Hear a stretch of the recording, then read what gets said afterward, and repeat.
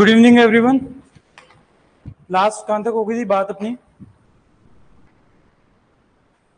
Centre of origin की अपन बात कर चुके थे, है ना।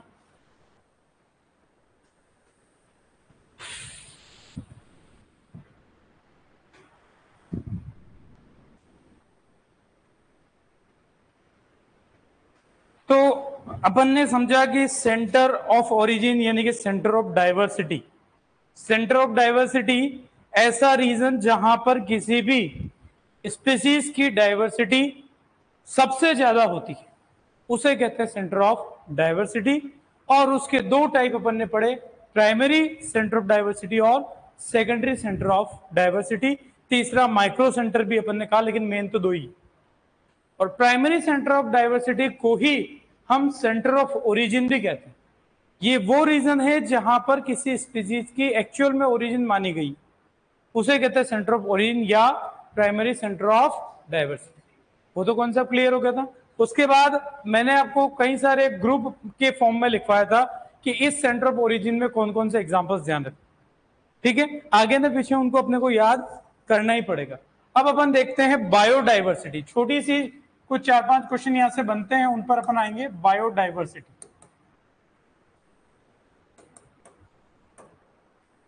अब बायोडाइवर्सिटी जो है, अभी तक हम डाइवर्सिटी किसी एक स्पीसीज की बात कर रहे थे, तो हम बोल रहे थे जेनेटिक डाइवर्सिटी।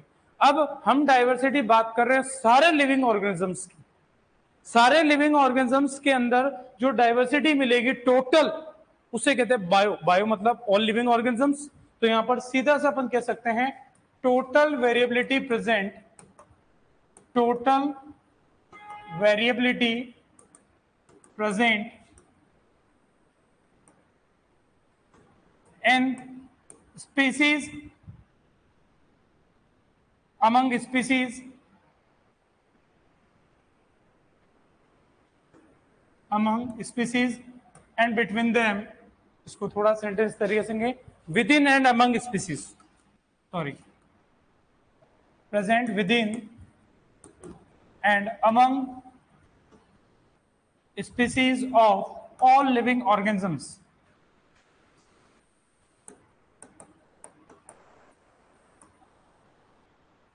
ये डेफिनेशन है, कोई खास बात नहीं है। हमने कहा टोटल वेरिएशन एक स्पीसीज की है तो उसे जेनेटिक डाइवर्सिटी कह देते हैं।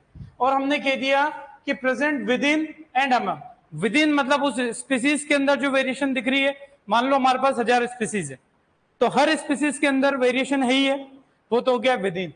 अमंग जितनी वो 1000 है उन सबके बीच में भी डिफरेंसेस हैं, और उन वेरिएशंस को सबको मिलाते हुए हम कह रहे हैं बायोडाइवर्सिटी, जिसे हम हिंदी में जैव विविधता कहते हैं। क्लियर है बात? तो ये अपने को यहां से सबसे पहली बात पता होनी चाहिए। दूसरी बात आती है कि हम जिन्हें कहते हैं हॉट स्पॉट्स। हॉट स्पॉट्स, इनकी डेफिनेशन कोई पूछता नहीं है, यहां पर फैक्चुअल क्वेश्चन में आपको बता देता हूं। हॉट स्पॉट वैसे ऐसे रीजन्स होते हैं जिनकी लगभग 70% ओरिजिनल जो डाइवर्सिटी थी वो लॉस हो चुकी है।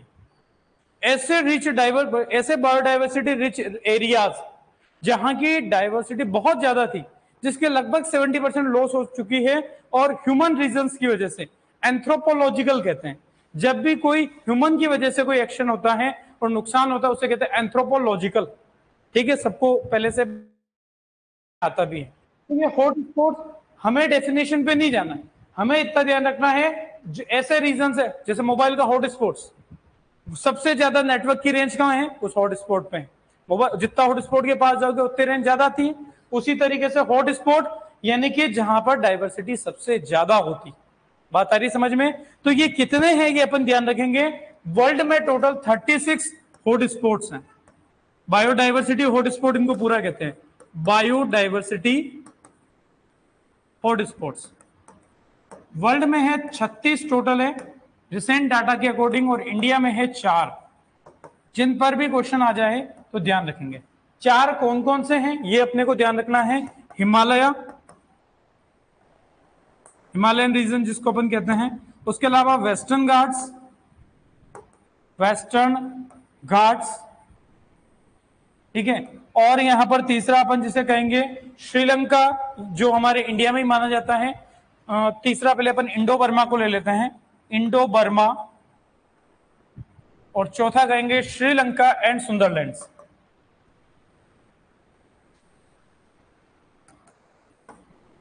एंड सुंदरलैंड्स। तो ये अपने को ध्यान रखना है, कभी भी ऑप्शन में हो सकते हैं ये दोनों एक साथ, एक इंडो बर्मा, हिमालय और western Ghats, 4 biodiversity hot spots हमारे इंडिया के अंदर है। तो पूछ ले कि कौन से बायोडाइवर्सिटी हॉट स्पॉट है या नहीं, ऑप्शन में हमें ध्यान रखना है 4, ये अपने को नाम ध्यान रखना। बात आ रही समझ में? इसी तरीके से बायोडाइवर्सिटी हेरिटेज साइट्स होती है, biodiversity heritage sites.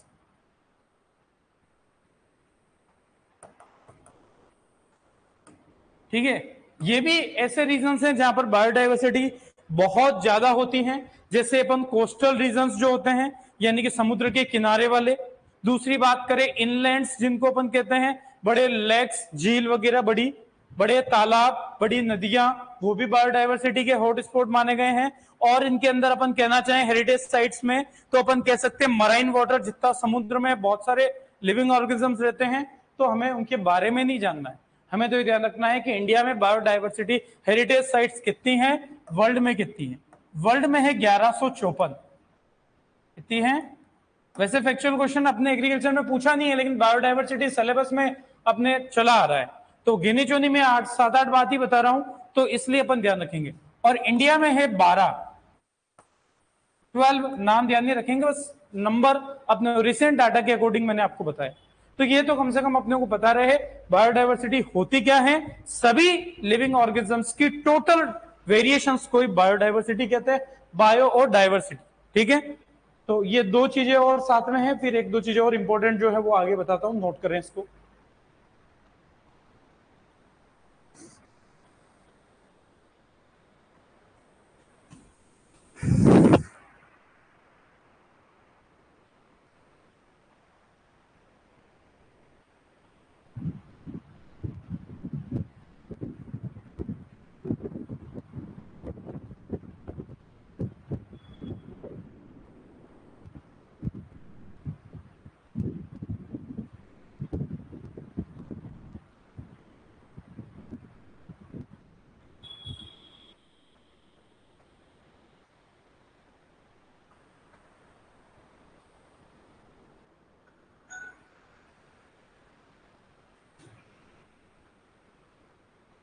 Western Ghats, ये अब ज्योग्राफिकली तो मैं आपको एग्जैक्ट नहीं बता सकता, क्योंकि बस ये बता सकता हूं कि हमारे इंडिया से संबंधित जो हमारे सेंट्रल बायोडाइवर्सिटी हॉटस्पॉट्स है वो 4 नाम चले आ रहे हैं, और मैंने भी कभी इनके ज्योग्राफिकली डिटेल पे नहीं गया, अपने को सीधे से ये नाम ध्यान रख ले बहुत है। बाकी क्वेश्चन ये यहां से एक क्वेश्चन ये अच्छा बन सकता है कि कहां कहां पर हिमालय, वेस्टर्न घाट, इंडो बर्मा और श्रीलंका एंड सुंदरलैंड्स, ये अपने को 4 याद रखें। बिल्कुल ज्योग्राफिकली मैं आपको यहां नहीं बता पाऊंगा।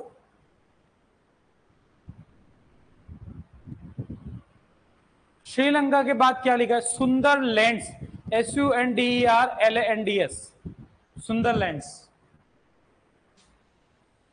मैं इसको सही कर देता हूं और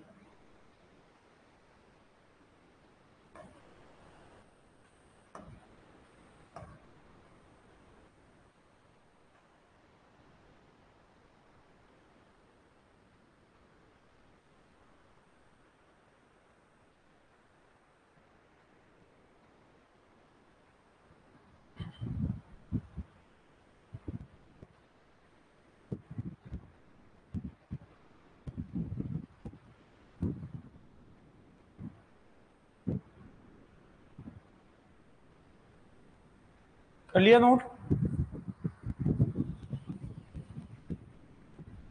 नोट ही करते हो, वापिस जाके पढ़ते भी हो? पढ़ते हो डेली? कुछ याद रहता है? समझा हुआ याद रहता है?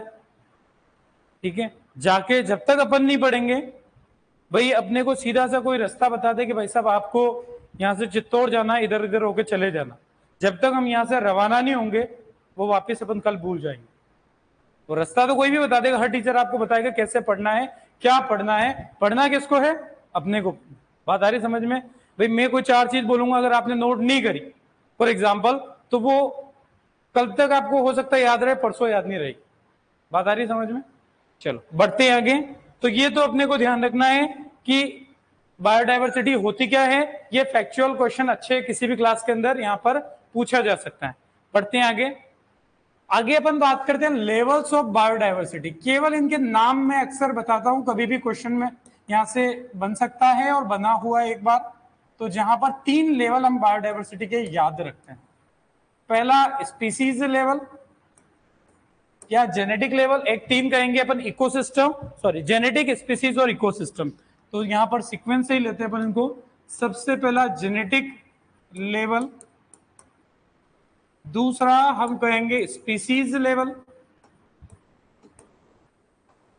तीसरा हम जो यहां पर कहेंगे इकोसिस्टम लेवल।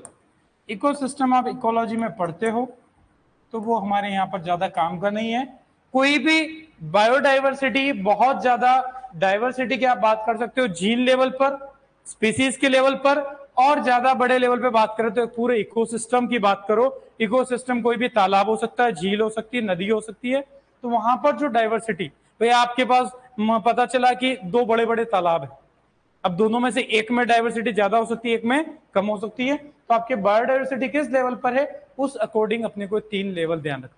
ठीक है, चलो और आगे बात करते हैं। ये तो सिंपल सी चीज है, कुछ इंपॉर्टेंट अपन देखते हैं, बढ़िया सी चीजें। कुछ यहां पर स्पेशल पॉइंट जो क्वेश्चन एग्जाम में बनाता है उनको अपन यहां पर देखते हैं। 3 पॉइंट ऐसे जो एग्जाम में कई बार क्वेश्चंस बने हैं बायोडाइवर्सिटी का। जितना ये मैंने आपको 2-3 स्लाइड में पोर्शन बता रहा हूं, जिसके सबसे इंपॉर्टेंट 3 क्वेश्चन। सबसे पहला इंडियन बायोडाइवर्सिटी एक्ट।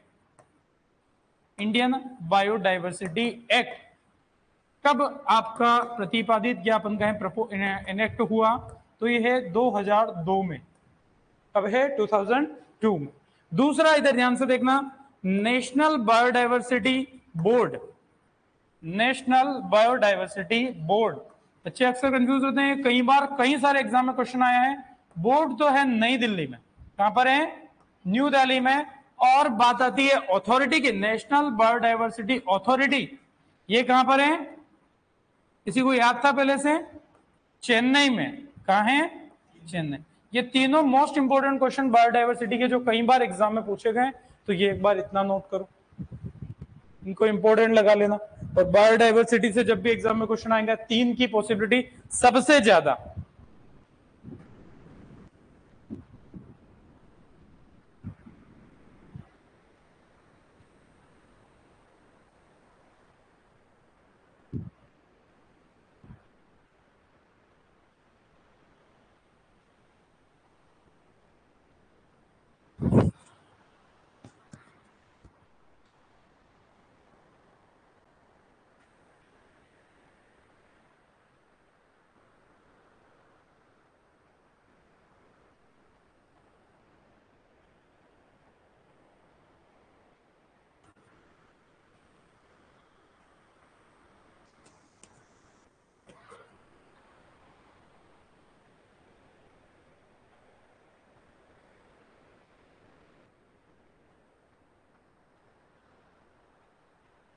तो ये तीनों ही क्वेश्चन अपने को यहीं पर याद हो जाने चाहिए।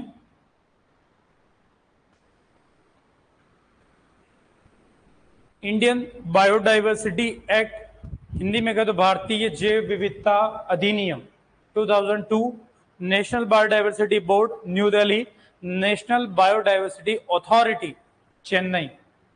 मैंने जब जीआरएफ के पेपर दिए थे तब ये क्वेश्चन दोनों ही मेरे एग्जाम्स में कहीं ना कहीं मुझे मिले थे, और ये उसके बाद भी कई बार पूछे गए, और वापस इनको पूछने की पॉसिबिलिटी कहीं ज्यादा है। बढ़े आगे, लिया नोट सबने, चलो। 2 चीज और यहां पर अपन स्पेशल पॉइंट में देख रहे हैं बायोडाइवर्सिटी से रिलेटेड। एक अपन कहते हैं CBD, CBD, convention on biological diversity, convention on biological diversity.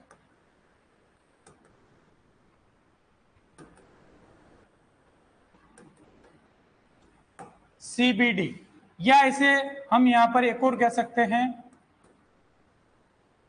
Biodiversity convention भी कहते हैं, बायोडाइवर्सिटी कन्वेंशन। कब ये आया, हम इसकी बात ध्यान रखेंगे, जून 1992 में। मंथ नहीं भी याद रहे कोई दिक्कत नहीं है, ईयर ध्यान रखना है, 1992 में कहां पर? At Rio de Janeiro, Rio de Janeiro.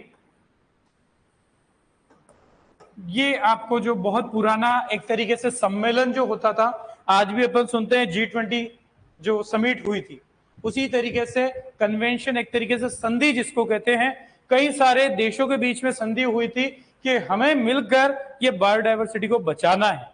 और ऐसी कहां हुई थी? रियो डी जेनेरियो में। कब हुई थी? 1992 में, जो अपने को पहली बात ध्यान रखनी। दूसरा एक प्रोटोकॉल था, कार्टागेना प्रोटोकॉल, कार्टागेना प्रोटोकॉल, या इसे एक और अपन नाम से जानते हैं bio safety protocol, bio safety protocol.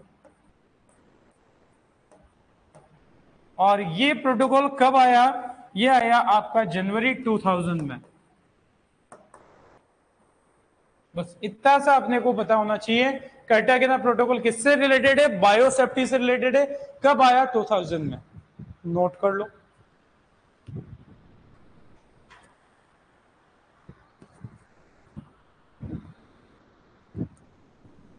बहुत सारी इंटरनेशनल लेवल पर समिट होती रहती है, सम्मेलन, संधियां वो होती रहती हैं, और वो हमारे बायोडायवर्सिटी या बायोसेफ्टी से रिलेटेड ये दो चीजें अपने को ध्यान रखनी।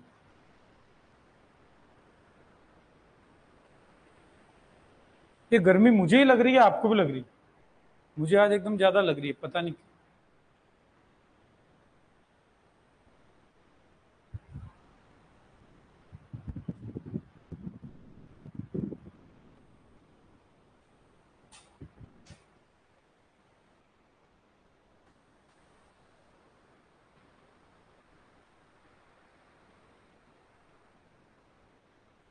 तो छोटी सी, ज्यादा लंबा चौड़ा टॉपिक नहीं लिया बायोडायवर्सिटी अपन ने। अपने क्वेश्चन जहां से पूछे जाते उतना ही अपन ने बात किया, ज्यादा डिटेल हमें नहीं चाहिए।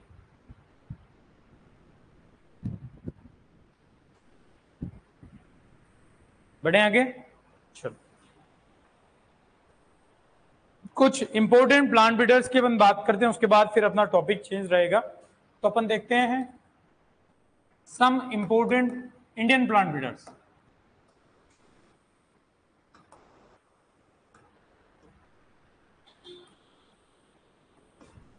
बहुत सारे हैं, बहुत सारे आगे पढ़ने के साथ साथ आते रहेंगे, लेकिन कुछ इंपॉर्टेंट जिनको अलग से हम नहीं पढ़ पाए तो यहां पर कवर करेंगे। सबसे पहले है टी.एस. वेंकटरमन।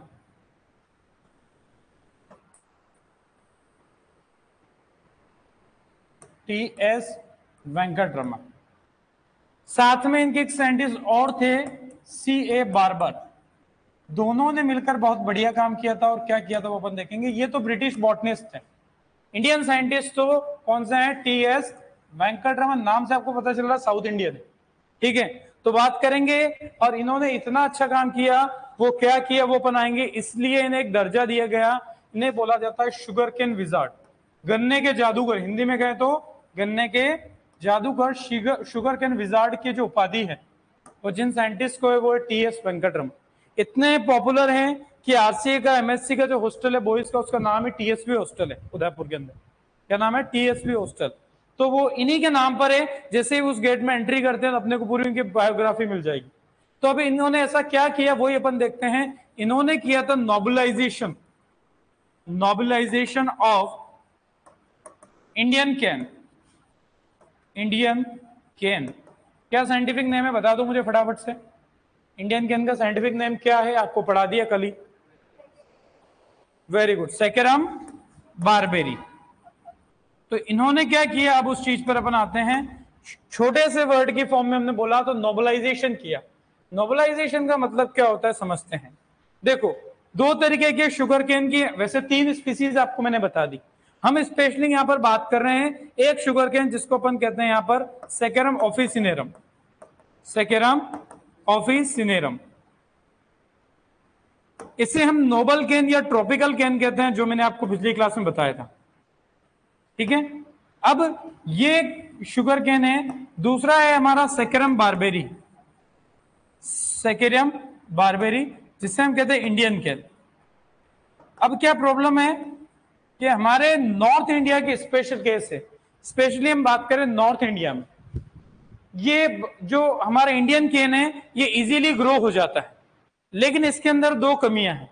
पहली तो इसका जो स्टेम होता है, शुगर केन का स्टेम वो थिन होता है, और जितना थिन शुगर केन का स्टेम होगा उतना आपको शुगर कम मिलेगा। स्वाभाविक सी बात है, गन्ना कितना मोटा जितना ज्यादा होगा उतनी ज्यादा यील्ड आपको मिलेगी। तो पहली सबसे बड़ी इसकी कमी कि इसका स्टेम थिन होता है। दूसरी इसकी कमी कि उसमें सुक्रोज का कंटेंट, शुगर का कंटेंट कम होता है। तो कुल मिला के जो यील्ड है हमारी बहुत कम मिलती है। अब दूसरी बात है, ये ऑफिसिनेरम है, इसके अंदर दोनों ही फीचर बढ़िया है, स्टेम भी ठीक है, शुगर कंटेंट भी अच्छा है, लेकिन हमारे नॉर्थ इंडिया में इसको ग्रो नहीं कर सकते। तो इन्होंने क्या किया, जो साइंटिस्ट है इन्होंने, कि इन्होंने एक नोबल केन की वैरायटी ली, दूसरी इंडियन केन की वैरायटी ली, और इंटर स्पेसिफिक, अपन आगे पढ़ेंगे, जब किसी भी दो स्पीसीज के बीच में क्रॉसिंग करके कोई हाइब्रिड बनाए उसे बोलते इंटर। इंटर मतलब बिटवीन, एक स्पीसीज दूसरे स्पीसीज, ये अलग है वो अलग है स्पीसीज, दोनों के बीच में क्रॉसिंग करके इन्होंने जो केन बनाए, शुगर केन बनाए, उन्हें बोला नोबलाइज्ड केन। ऐसे गन्ने बने जिनमें है वो इजीली नॉर्थ इंडिया में ग्रो कर सकते हैं, और ऑफिस नाम के फीचर भी यहां पर मिल गए। तो इसमें दो कैरेक्टर कौन सा है, एक तो थिक स्टेम, पहला जो यहां पर कैरेक्टर मिला वो थिक स्टेम, दूसरा high sugar content, high sugar content. ये किससे किस में ट्रांसफर हुए हमारे, बात करें तो क्रॉसिंग करने पर सेकेरम बारबेरी में सेकेरम ऑफिसिनम के दो कैरेक्टर हमको मिल गए, और जो हाइब्रिड बने जितने भी वो सारे कहलाए नोबलाइज्ड केन, इंटर स्पेसिफिक हाइब्रिड कहलाए। तो ये अपने को यहां पर ध्यान रखना है। तो इंटर स्पेसिफिक, तो यहां पर फर्स्ट जो था, first interspecific sugarcane hybrid,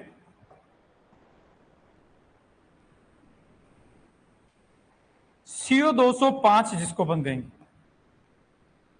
inter specific मतलब इन दो स्पीसीज की क्रॉसिंग से बना CO 205। CO का मतलब है यहां पर कोयम्बटूर का, क्या मतलब है, कोयम्बटूर, जो अपन ध्यान रखेंगे।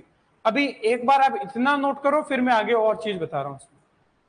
इंपॉर्टेंट है, कई बार क्वेश्चंस बने हैं यहां से।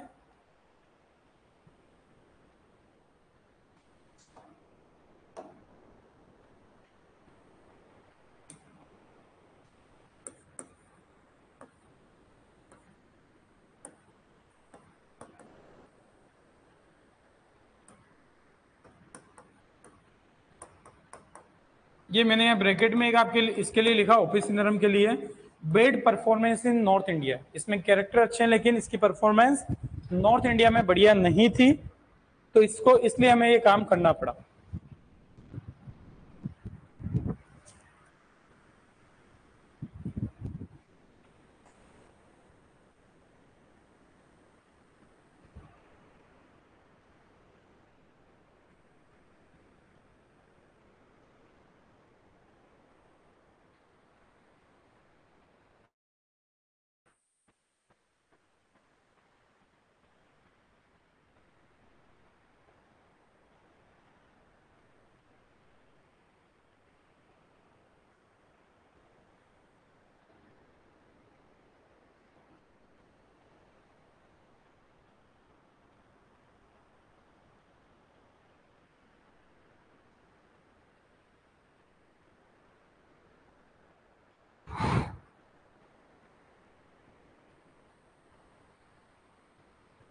तो यानी कि हमने इंडियन केन को किस केन के जैसा बना दिया, नोबल केन के जैसा, और इस प्रोसेस को ही बोला नोबलाइजेशन।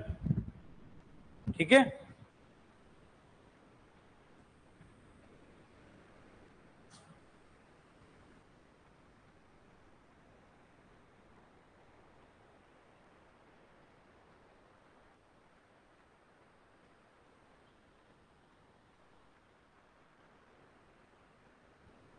बढ़े आगे।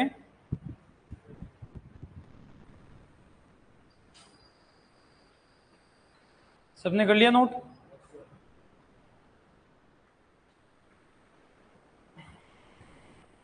शुगर केन की और भी ढेर सारी वैरायटीज हैं जो आपके नोबलाइजेशन से बनी हैं, उनकी अगर हम बात करें यहां पर,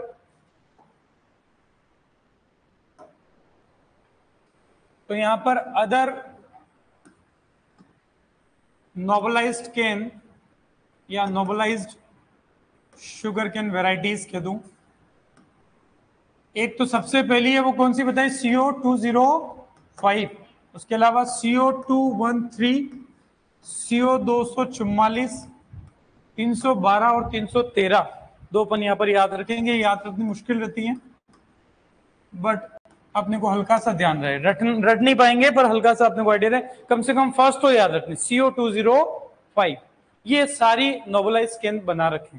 अच्छा यहां पर एक और चीज आपको बता देता हूं, एक इंस्टीट्यूट है, ये सारा काम कहां किया गया, करने वाले दो साइंटिस्ट TS वेंकटरमन जो इंडियन प्लांट ब्रीडर है, साथ ही उनके साथ एक और कौन थे, CA बार्बर।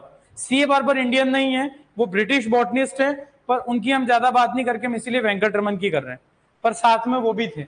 तो इन्होंने ये सारा काम कहां किया, कोयम्बटूर। अभी CO मतलब कोयम्बटूर, मतलब सारा काम कहां हुआ, तमिलनाडु के कोयम्बटूर में। तो वहां पर एक इंस्टीट्यूट इन्होंने एस्टेब्लिश कर रखा है, sugar cane breeding institute. Sugar cane breeding institute, कई बार एग्जाम में क्वेश्चन आता है, तो उसे कहते हैं SBI, sugar cane breeding institute. कहां पर है ये, कोयम्बटूर में, तमिलनाडु में।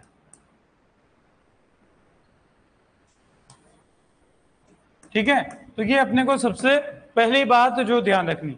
दूसरी बात, एक नेशनल हाइब्रिडाइजेशन गार्डन एस्टेब्लिश कर रखा इन लोगों ने, नेशनल हाइब्रिडाइजेशन गार्डन। वो भी कहां है, कोयम्बटूर में। और वो कहां है, इस इंस्टीट्यूट के अंदर ही एस्टेब्लिश। तो ये SBI जो है उसी के अंदर नेशनल हाइब्रिडाइजेशन गार्डन, ठीक है, एस्टेब्लिश किया हुआ है। कहां पर, कोयम्बटूर में। तो ये 2-3 क्वेश्चन और बन जाते हैं, ये तो कई बार बना है। शुगर केन ब्रीडिंग इंस्टीट्यूट कहां पर है, कोयम्बटूर में, नोट कर लो।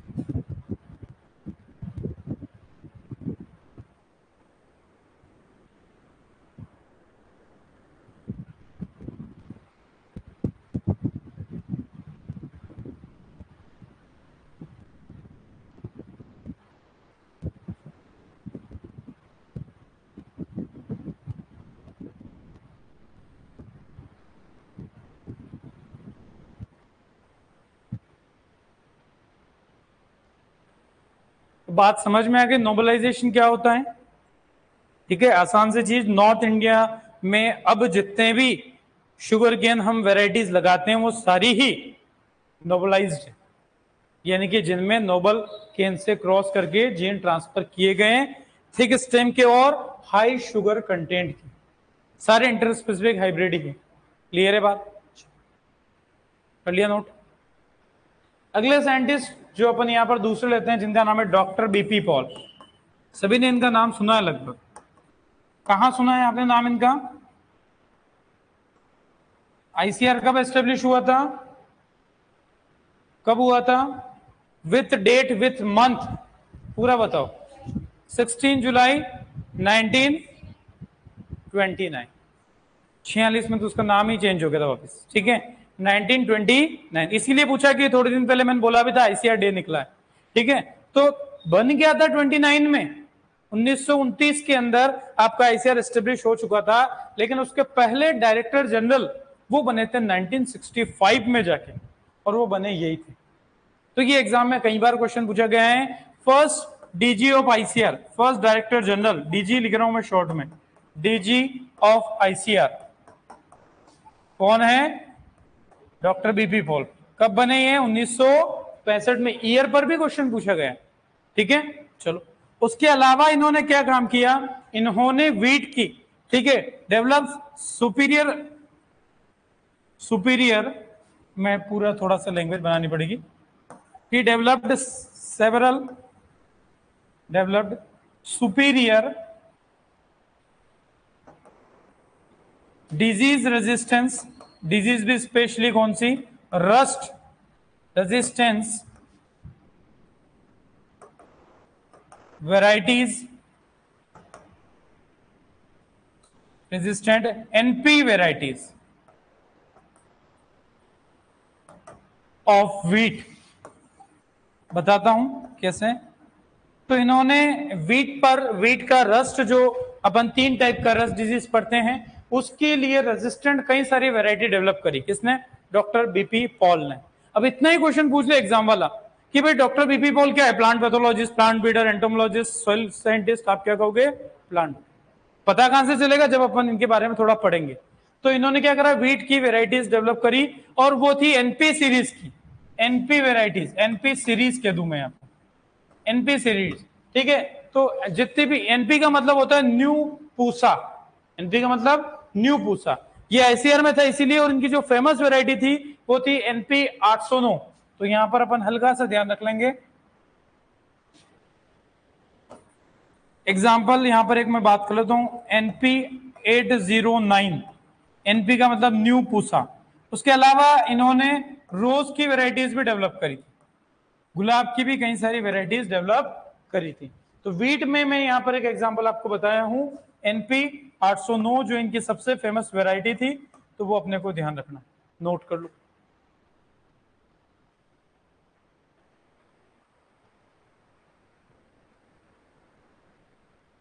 एनपी का लिख लेना, जिसको किसी को लिखना हो फुल फॉर्म, न्यू पूसा।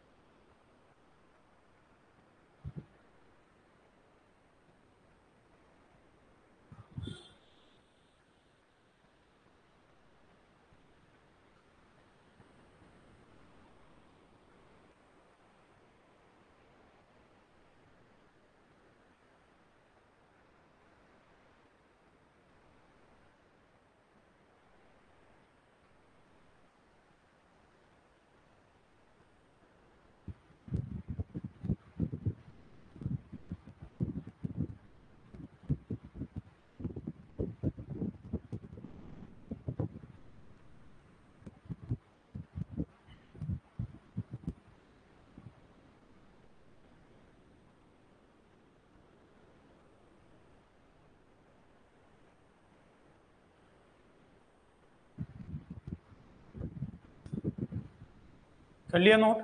ध्यान रहेगा। तो सबसे इंपॉर्टेंट तो वैसे क्वेश्चन यही अक्सर पूछा गया है, पर हमें थोड़ा सा पता रहे कि इतना ही पूछ ले कि स्पेशली कौन से रोज ब्रीडर है, वीट ब्रीडर है। तो अपने को यहाँ से पता रहे रोज की और वीट की इन्होंने कई सारी वेराइटीज डेवलप करी, और वीट में भी specially rust resistant variety NP series वाली, जिनके नाम एनपी से शुरू होते हैं, और उनकी फेमस वेराइटी है एनपी 809 वीट। क्लियर है बात? चलो बढ़ते हैं, एक साइंटिस्ट और देखते हैं अपन, जिनका नाम है बोसी सेन। बोसी सेन, इनकी बात करें तो इन्होंने सबसे पहला एक सबसे इंपॉर्टेंट काम करा कि एस्टेब्लिश्ड एक इंस्टीट्यूट इन्होंने एस्टेब्लिश किया, जिसका नाम है विपकास। और विपकास की जो फुल फॉर्म है वो हिंदी में है, जो कहां पर है? अल्मोड़ा, उत्तराखंड में।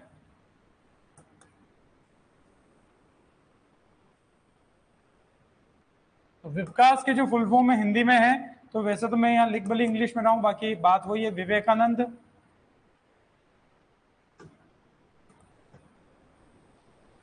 पर्वतीय कृषि अनुसंधान संस्थान।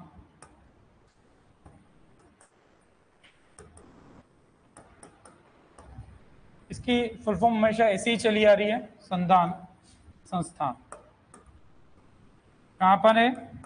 अल्मोड़ा में है, उत्तराखंड के अंदर है विपकास। दूसरा, इन्होंने कई सारी डेवलप्ड सेवरल मेज वेराइटीज,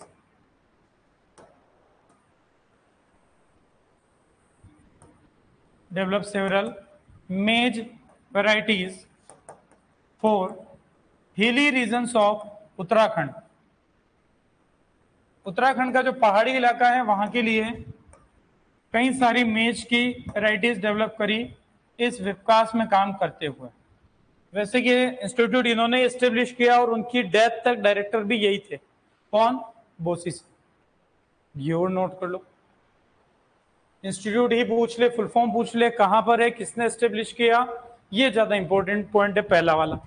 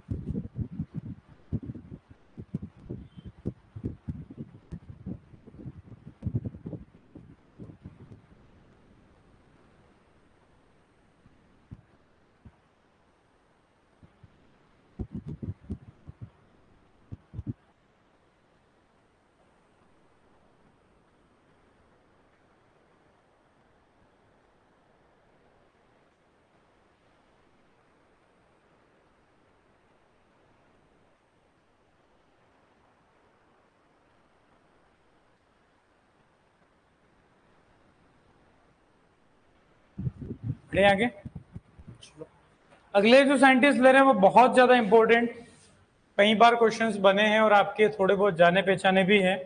उनकी बात करते हैं, डॉक्टर सीटी पटेल। डॉक्टर सीटी पटेल। पटेल मतलब गुजराती, और गुजरात स्टेशन पे काम करते हुए गुजरात की फेमस क्रॉप कॉटन पर इन्होंने काम किया था। ठीक है, और इन्होंने वर्ल्ड का फर्स्ट कॉटन हाइब्रिड बनाया था, इसलिए इन्हें father of hybrid cotton in world कहते हैं।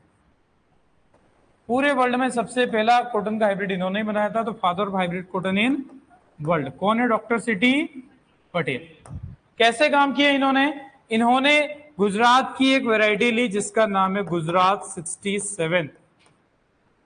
ठीक है, और एक प्लांट इंट्रोड्यूस यानी बाहर से मंगवाई हुई वैरायटी, अमेरिकन नेक्ट्रलेस कॉटन की एक वैरायटी, इन दोनों में क्रॉस किया और जो हाइब्रिड बनाया उसे बोला गया H4। सबको पता है कि वर्ल्ड का फर्स्ट कॉटन हाइब्रिड कौन सा है? H4 है, लेकिन हमें अभी तक ये नहीं पता था कि वो किस किस के क्रॉसिंग से बना। तो ध्यान रखें, एक मैंने आपको पहले ही शायद बताया होगा कि इन दोनों में से अच्छा आप बताओ कि मेल पेरेंट कौन सा है, फीमेल पेरेंट कौन सा है? फीमेल, क्योंकि क्या रूल रखना है बेटा? Ladies first, ladies first. तो पहला हमेशा पेरेंट जो लिखेंगे वो फीमेल पेरेंट, बाद में जो लिखेंगे वो हमेशा मेल पेरेंट होगा। तो यहां से आपको ये भी क्वेश्चन पूछ ले तो हमें अलग से रटना नहीं पड़ता है, हमें अगर क्रॉस पता है तो हम इजीली बता देंगे कि ये कौन सा मेल है कौन सा फीमेल है। तो हमेशा फीमेल पेरेंट को पहले लिखते हैं, मेल पेरेंट को बाद में लिखते हैं। अगर अलग से मेंशन किया है कहीं पर तो बात अलग है, बाकी ये प्लांट ब्रीडिंग का एक जनरल रूल है। ठीक है, अब इस H4 के लिए जो क्वेश्चन आता है ये अक्सर अपने को पता है कि वर्ल्ड्स फर्स्ट कॉटन हाइब्रिड कब डेवलप हुआ? 1970 में। World's first cotton hybrid developed in 1970, 1970 में।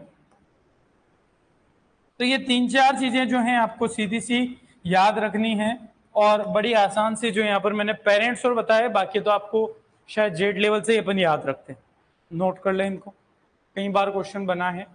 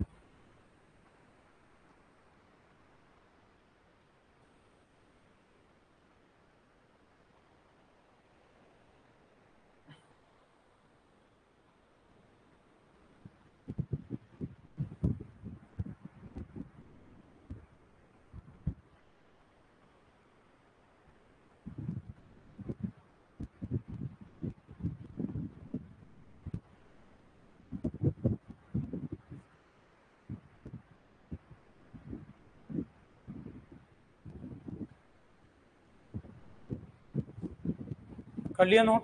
बढ़े आगे।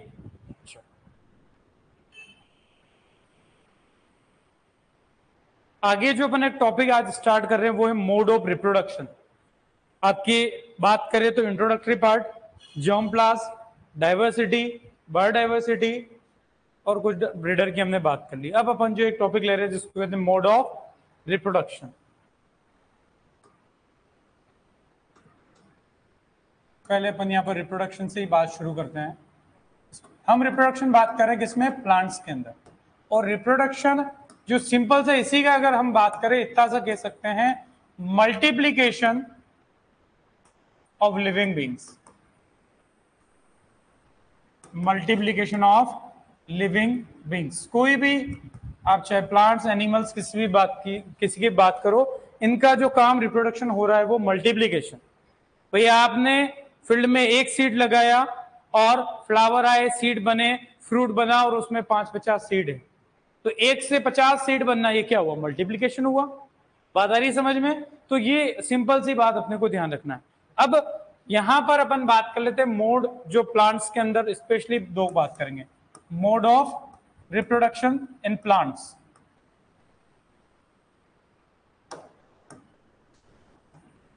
ठीक है, कहीं कहीं पर मैं शॉर्ट फॉर्म लिखता हूं, मैं अपने ज्यादा टाइम खराब नहीं, इसलिए अब रिप्रोडक्शन मैंने ऐसे लिख दिया।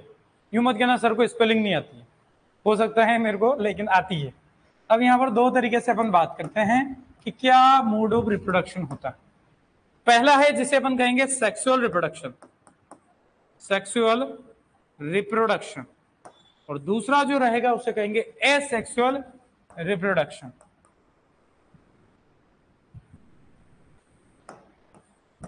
दोनों का जो मेन डिफरेंस है वो इतना सा है, यहां पर मल्टीप्लीकेशन होगा, वो मल्टीप्लीकेशन मेल और फीमेल गैमेट में फर्टिलाइजेशन से होगा तो सेक्सुअल है, और बिना फर्टिलाइजेशन के मल्टीप्लीकेशन अगर हो गया तो वो एसेक्सुअल है। बात आ रही समझ? बहुत आसान सी डेफिनेशन और टेक्निकल चीज बात कर रहे हैं। तो मल्टीप्लीकेशन ऑफ प्लांट्स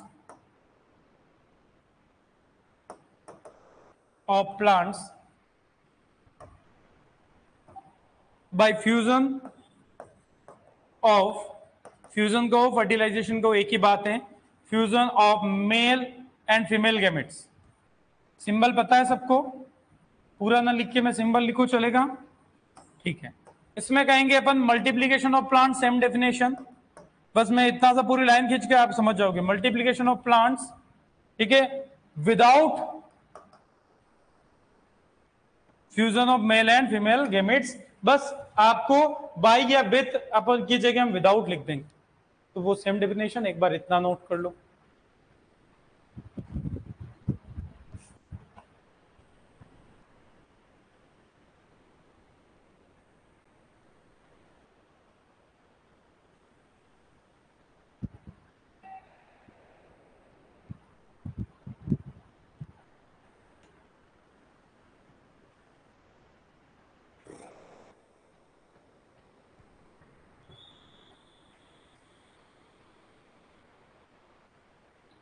आप डायरेक्ट लाइन ना खींचे क्योंकि आपको हो सकता है बाद में कंफ्यूजन हो, तो इसलिए चाहे तो पूरा लिख लें। तो multiplication of plants without fusion of male and female gametes, और इस पूरी बात को हम एक ही शब्द में लिख सकते हैं, fusion of male and female gamete को कहता है फर्टिलाइजेशन। क्या कहता है? फर्टिलाइजेशन। तो with fertilisation and without fertilisation, उधर हम ध्यान रखेंगे।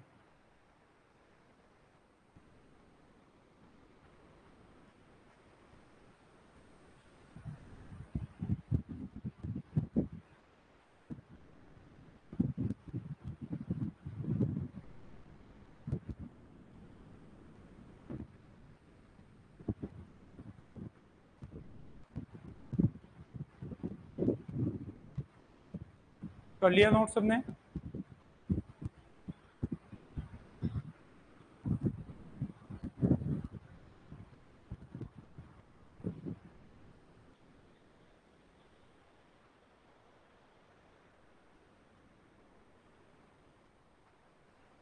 बढ़े आगे, चलो।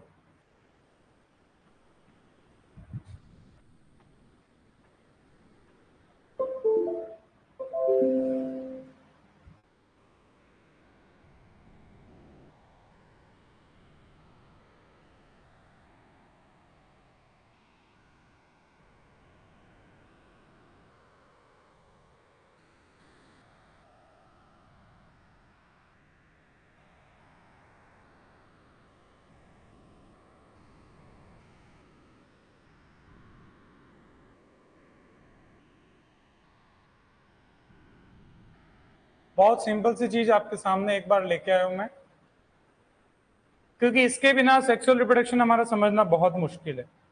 ठीक है, देखते हैं अपन क्या बात करनी है अपने को। आपके सामने है फ्लावर की स्ट्रक्चर, सबको पता है, लेकिन इसको देखते हुए मैं बहुत सारी चीजें आपको बता पाऊंगा जो शायद लिखाऊंगा नहीं, क्योंकि ये आपने देखा हो तो मैंने फोल्डर जेट का खोला, जेट डायग्राम्स करके मैंने डाल रखा था, मतलब ये जेट के लेवल पर अपन पढ़ लेते हैं। ठीक है, और ये शायद स्ट्रक्चर अपन 5th क्लास से अपने बुक में आने लग जाती साइंस में। देखते हैं क्या चीजें, बहुत टेक्निकली बहुत आसान सी बात समझनी है। सबसे पहली बात अपन यहां पर ध्यान रखें कि ये जो डंडी है, जो फ्लावर है, फ्लावर की अगर हम बात करें तो इसे कहते हैं मॉडिफाइड फॉर्म ऑफ शूट। क्या कहते हैं? Modified form of shoot. एक तरीके से तना है जिस पर लीव्स आनी थी, जो मॉडिफाई होकर फ्लावर बना दिया, और ये आपके देखो ये ग्रीन कलर की लीव टाइप स्ट्रक्चर है, और ये कुछ और मॉडिफिकेशन हो गया, ये अलग अलग लीव्स के ही मॉडिफिकेशन है। तो इतना सा वर्ड सबको पता होना चाहिए, फ्लावर किसका मॉडिफिकेशन है? शूट का। शूट मतलब पूरा प्ररोह हो जाता है, समझते हो सब? शूट और रूट का मतलब जमीन से ऊपर सारा शूट, जमीन के नीचे रूट। बात आ रही समझ में? अब यहां पर आपके सामने कुछ लेबलिंग दी है, रिसेप्टेकल, जिसे अपन जहां पर ये सारी चीजें जुड़ी हुई है, हिंदी में इसको पुष्पासन कहते हैं, जहां पर सारी स्ट्रक्चर यहीं से निकल रही। रिसेप्टेकल, ओव्यूल, अपन एक एक चीज करके देखते हैं। सबसे पहले सबसे बाहरी बाहर होता है जिसे अपन कहते हैं यहां पर सेपल। क्या कहते हैं? सेपल। और इसका जो ग्रुप होता है, एक है तो सेपल कहेंगे, पूरा ग्रुप होगा 2 3 4 कितने भी हो सकती हैं, उसे कहते हैं कैलिक्स। क्या कहते हैं? कैलिक्स। तो मैं यहां पर ग्रुप में इसको यहीं पर आपके ग्रुप करके लिख सकता हूं, कैलिक्स। ठीक है, समझने वाली बात है कुछ। दूसरी बात है पेटल, जो हमें फ्लावर्स में जो कलर वाला जो दिखता है वो होता है पेटल। और पेटल का जो ग्रुप है, एक पेटल, 2 पेटल, 3, बहुत सारे ऐसे दिख रहे हैं आपको यहां पर पिंक कलर के, सारे पेटल्स का जो ग्रुप है उसे अपन कहेंगे कोरोला। क्या कहते हैं? कोरोला। आसान सी चीजें हैं लेकिन अपने को पता नहीं होता है। ठीक है, हमको ये नहीं पता है कि ग्रुप को क्या कहते हैं, सिंगल को क्या कहते हैं। सिंगल पेटल, या तो आप पेटल्स लिखो या फिर कोरोला लिखो, एक ही बात। तीसरी बात, जहां पर अपन जाते हैं मेल रिप्रोडक्टिव पार्ट के पास, जिसको कहते हैं स्टेमन, हिंदी में कहे तो पुंकेसर। क्या कहते हैं? पुंकेसर। स्टेमन जो 2 पार्ट से बना है, एंथर और फिलामेंट। एंथर जो इस पर लोब लाइक स्ट्रक्चर है, जिस तरीके से मुट्ठी है, ये एंथर है, और ये जो है वो फिलामेंट है। फिलामेंट और ये एंथर। सारा मेल गेमेट बनना, पोलन ग्रेन्स बनना, वो सब इसी के अंदर। अब मैं ज्यादा स्ट्रक्चर नहीं बताऊंगा क्योंकि अपने काम की ज्यादा डिटेल नहीं जानी, पर बेसिक नॉलेज होना चाहिए, इसलिए एक बार इस डायग्राम को अपन ने खोला है।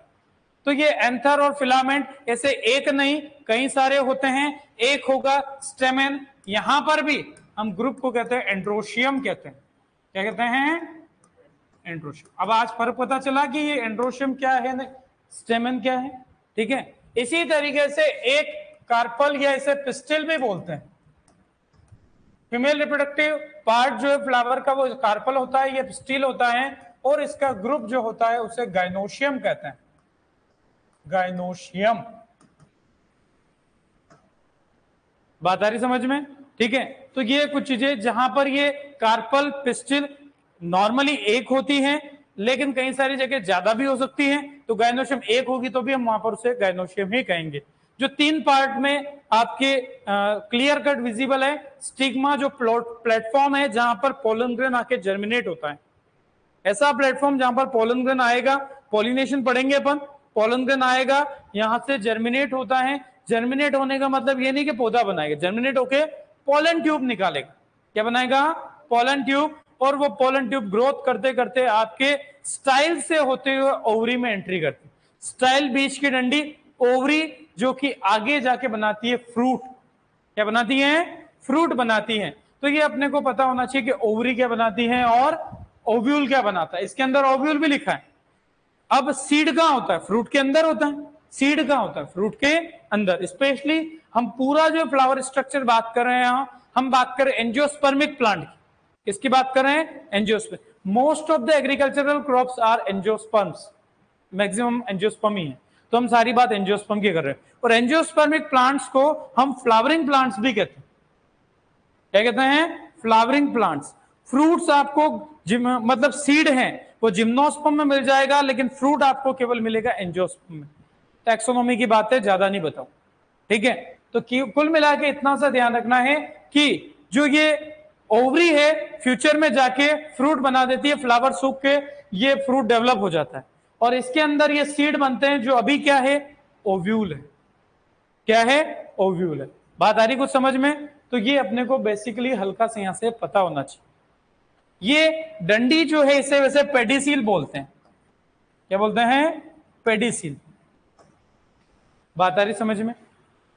यहां से कुछ लिखना हो तो कम से कम ये तो लिख लो, स्टेमेन, उसके आगे ग्रुप करके androecium, pistil, group gynoecium. Starting करना इधर से फर्स्ट, मैं नंबरिंग डाल देता हूं, इस तरीके से लिख जरूर लो। फर्स्ट पे ये आएगा, सेकंड पे, थर्ड और फोर्थ। क्योंकि कोई पूछ ले आउटर मोस्ट वर्ल कौन सा है, तो आप कहोगे कैलिक्स, सबसे बाहर कैलिक्स, तो फर्स्ट से चालू करना। इनर मोस्ट कौन सा है? कार्पल या पिस्टिल। तो इन नंबरिंग से नोट जरूर कर लो, डायग्राम बनाने की नहीं कह रहा हूं मैं आपको, नोट कर लें इसको।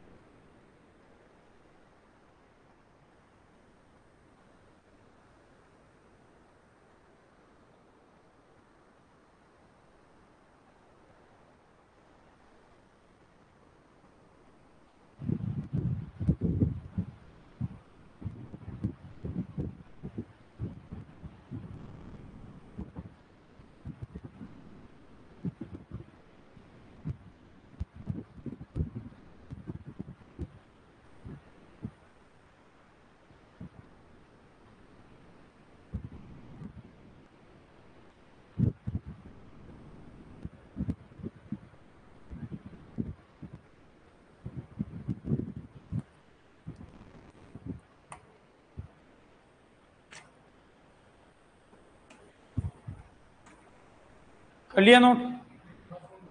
हाँ, कर लो कर लो। अभी हो सकता है कुछ चीजों के लिए, कुछ बच्चों के लिए ये चीजें नई लगे, नई तो नहीं है, पर हमने पहले पढ़ी नहीं सर ढंग से, ये हो सकता है। इसको बिना पढ़े तो आप 10वीं पास भी गलत हो फिर, ठीक है, क्योंकि ये 6-7 से अपने किताबों में आ गई थी। चाहे हिंदी में पढ़ा होगा, हिंदी के शब्द में बता सकता हूँ आपको। किसी को भी लगता है कि सर इनको हिंदी में क्या बोलते हैं, मैं जनरली यहाँ प्रेफर नहीं करता हूँ, अपना टाइम उसमें लगाता नहीं हूँ, क्योंकि जरूरत तो नहीं अपने किसी को हिंदी की। हो तो आप बेझिझक कह दीजिएगा, लेकिन प्योर हिंदी मीडियम में अपना लिखाना संभव नहीं हो पाता, टाइम बहुत ज्यादा डबल लगता है, और अपने को कंटेंट पे, क्वालिटी पे जाना है, ना कि जबरदस्ती क्लासें बनानी। बढ़े आगे, चलो। एक चीज यहां पर ध्यान रखनी है, छोटी सी बात बता रहा हूं कि दो चीजें आप बोलते हो, complete flower, incomplete flower. Complete flower, complete flower मतलब यहां पर कुल मिला के कहो 4 वर्ल मिलते हैं, 4 घेरे मिले, calyx, Corolla, androecium, gynoecium. Outer most calyx, inner most gynoecium. अगर चारों ही वर्ल प्रेजेंट है, ठीक है, ऑल 4 वर्ल्स प्रेजेंट, वर्ल्स समझ लेना, वो क्या मैंने अभी बोला भी था वहां लिख भी लेना, सबसे आउटर मोस्ट लिख लेना, आउटर मोस्ट वर्ल किसको बोला अपन ने? कैलिक्स को, वहां लिख लेना कॉपी में। और इनर मोस्ट है तो गाइनोशियम। तो जब चारों ही वर्ल्स प्रेजेंट है उसे कहते हैं कंप्लीट फ्लावर। और दूसरी बात आती है इनकम्प्लीट, जब चारों में से कोई भी एक एब्सेंट है, हम इनकम्प्लीट फ्लावर। ऐसा जब चारों में से कोई भी एक absent, any one absent, any one world absent, उसे क्या कहते हैं? Incomplete flower. हो सकता है आपके स्टेमन ना हो सकता है आपके पिस्टिल ना हो, तो ऐसा होता है, कुछ में सेपल होते हैं, कुछ में नहीं होते। एक तो ये चीज होती है, दूसरी होती है जिसे कहते हैं परफेक्ट फ्लावर और इम्परफेक्ट फ्लावर। बच्चे दोनों में कंफ्यूज रहते हैं, तो इसीलिए मैं आपके सामने ये चीज बता रहा हूं कि दूसरी जो है उसे कहते हैं परफेक्ट और इम्परफेक्ट फ्लावर। तो यहीं पर अपन देखते हैं क्या है वो चीज, और आपको ये नोट करना होगा ना, अभी कर लेना। परफेक्ट, अब परफेक्ट फ्लावर वो होते हैं जिनमें मेल और फीमेल रिप्रोडक्टिव ऑर्गन दोनों प्रेजेंट, बहुत प्रेजेंट, यानी कि उसमें आपके स्टेमेन भी होगा और पिस्टिल भी होगी, एंड्रोशियम भी होगा और गायनोशियम भी होगा। उन्हें कहते हैं परफेक्ट फ्लावर, या इन्हें बाइसेक्सुअल फ्लावर भी कहते हैं, या इन्हें हर्मेफ्रोडाइट फ्लावर भी कहते हैं। कुछ आ रही बात समझ में? हर्मेफ्रोडाइट फ्लावर,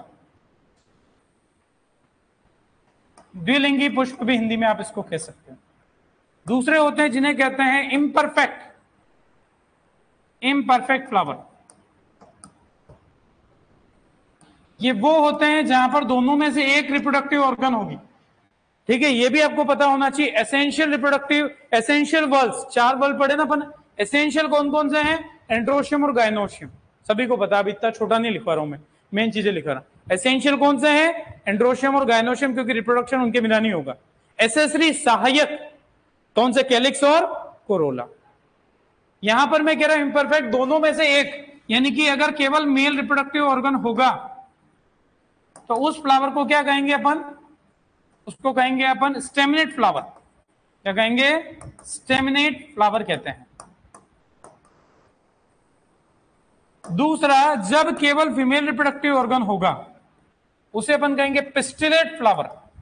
पिस्टिलेट फ्लावर, आप ऐसा कह सकते हो, मेल फ्लावर, फीमेल फ्लावर भी कह सकते हो। ये मेल फ्लावर, नीचे वाला फीमेल फ्लावर। क्लियर है बात? छोटी छोटी चीजें नोट कर लो। और आज की क्लास में इतना ही, इससे आगे की बात अगली क्लास में। Thank you.